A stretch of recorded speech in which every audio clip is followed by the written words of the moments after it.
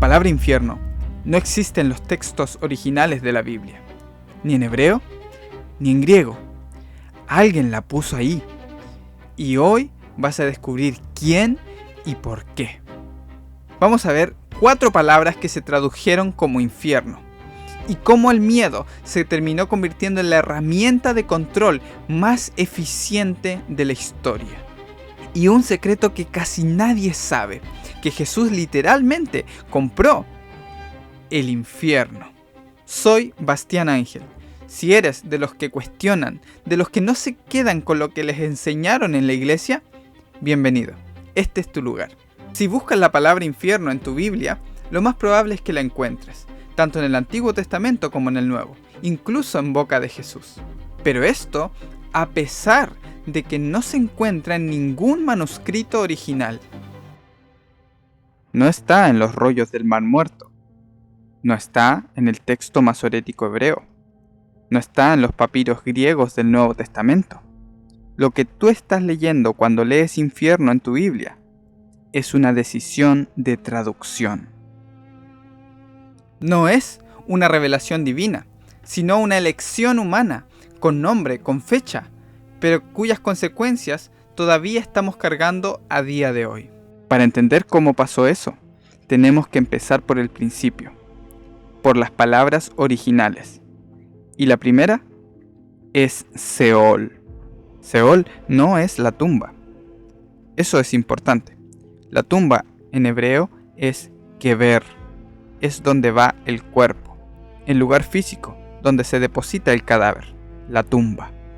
Seol, en cambio, es donde va el alma, el lugar de reunión de los muertos, el lugar donde los que ya no están en este mundo están. Y al Seol van todos. No existe en el Antiguo Testamento una distinción entre justos e injustos en relación al Seol. Van todos, el rey, el esclavo, el fiel y la idólatra. Seol es una palabra hebrea que aparece 65 veces en el Antiguo Testamento, pero en ninguna de ellas significa castigo, ni una sola. Jacob, cuando cree que su hijo José ha muerto, dice: descenderé enlutado a mi hijo hasta el Seol. David habla del Seol en los Salmos como el lugar al que él mismo va a ir. Job, en el fondo de su sufrimiento, pide ir al Seol como alivio, como descanso, como escape del dolor. Esto no tendría ningún sentido si Seol fuera el infierno. Nadie querría tomarse unas vacaciones del dolor allí. Nadie en el Antiguo Testamento le teme al Seol tanto como se le teme al infierno que a nosotros nos enseñaron. Nadie. Entonces surge la pregunta obvia: ¿por qué? Si Seol significa el lugar de los muertos originalmente, en tu Biblia aparece traducida como infierno.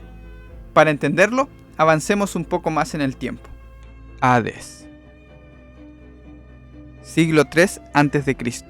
Los judíos de Alejandría traducen el Antiguo Testamento al griego. Esa traducción se llama la Septuaginta. Y cuando llegan a la palabra Seol, necesitan un equivalente griego y eligen Hades. Esa elección importa enormemente, porque la Septuaginta es la Biblia que usaban los primeros cristianos, la que citan Pablo, Pedro y los evangelistas. Cada vez que el Nuevo Testamento cita el Antiguo, casi siempre está citando la Septuaginta. Hades, en la cosmología griega, no es exactamente lo mismo que Seol. El Hades tiene regiones. Tiene el Eliseo para los héroes, el Asfódelo para los ordinarios, y tiene el Tártaro.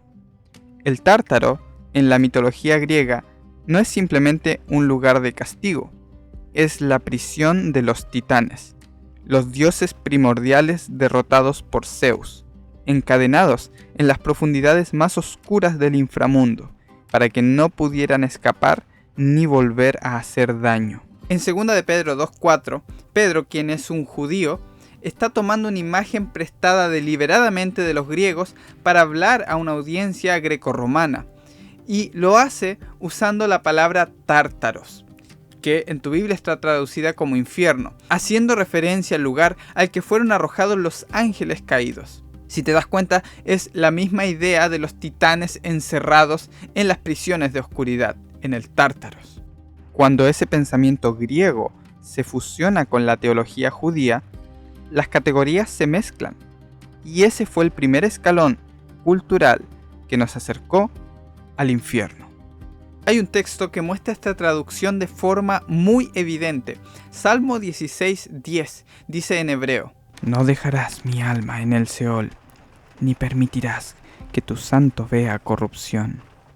Pedro en Pentecostés, en Hechos 2:27, cita este mismo salmo, pero lo hace de la Septuaginta. Y miren lo que dice el texto: Porque tú no dejaste mi alma en el Hades, ni permitiste que tu santo viera corrupción. ¿Lo ves? Intercambia Seol por Hades. Si analizamos la estructura del texto, veremos que la primera parte del Hades se refiere a cómo el alma de Jesús no permanecería en la región de los muertos, mientras que la segunda parte, que tu santo no vea corrupción, nos muestra cómo el cuerpo de Jesús no se descompondría en la tumba, en el Kever. Así que lo que estaba en juego en la resurrección era exactamente eso, que ni el cuerpo se quedara en la tumba, ni el alma se quedara en el lugar de los muertos. Pero este no sería el único significado de Hades en ese tiempo. Las puertas del Hades. En Mateo 16:18, Jesús le dice a Pedro: Y sobre esta roca edificaré mi iglesia, y las puertas del Hades no prevalecerán contra ella. Este versículo lo conoces, seguro lo has escuchado cientos de veces en sermones sobre la victoria espiritual de la iglesia. Pero casi nadie habla de dónde estaba Jesús cuando dijo esto. Jesús se encontraba en Cesarea de Filipo, donde había una cueva enorme en la base de una roca de 30 metros de altura. Una cueva por la que corría agua subterránea que desaparecía hacia abajo, hacia la oscuridad.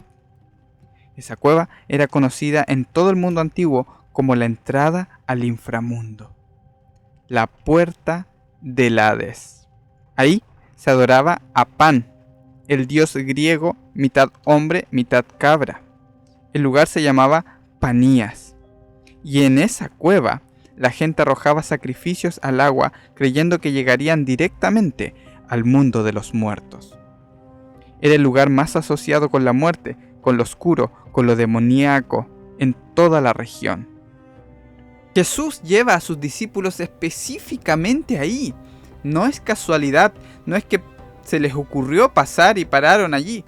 No, Jesús los lleva a ese lugar justo frente a lo que todo el mundo conocía como la puerta del Hades. Y dice: sobre esta roca, refiriéndose a él mismo, voy a construir algo que las mismas puertas del Hades no podrán detener. El lugar exacto donde se suponía que empezaba el inframundo, Jesús dice: voy a atravesar esas puertas. Y la razón es que Jesús, al morir, obtiene las llaves del Hades. En Apocalipsis 1, 17 al 18, Juan tiene una visión de Cristo resucitado. Y lo que escucha es esto: no temas. Yo soy el primero y el último, el que vive. Estuve muerto, pero he aquí vivo por los siglos de los siglos, y tengo las llaves de la muerte y del Hades. Las llaves. Piensa en lo que significa tener las llaves de un lugar. Quien tiene las llaves controla quién entra y quién sale. Quien tiene las llaves tiene la autoridad total sobre un lugar. Así que el mensaje aquí no es que el Hades sea un lugar inevitable del que no puedes escapar. Si Jesús tiene las llaves del Hades, entonces el Hades no es un destino definitivo, fuera del alcance de Dios. Es un lugar bajo la autoridad de Cristo.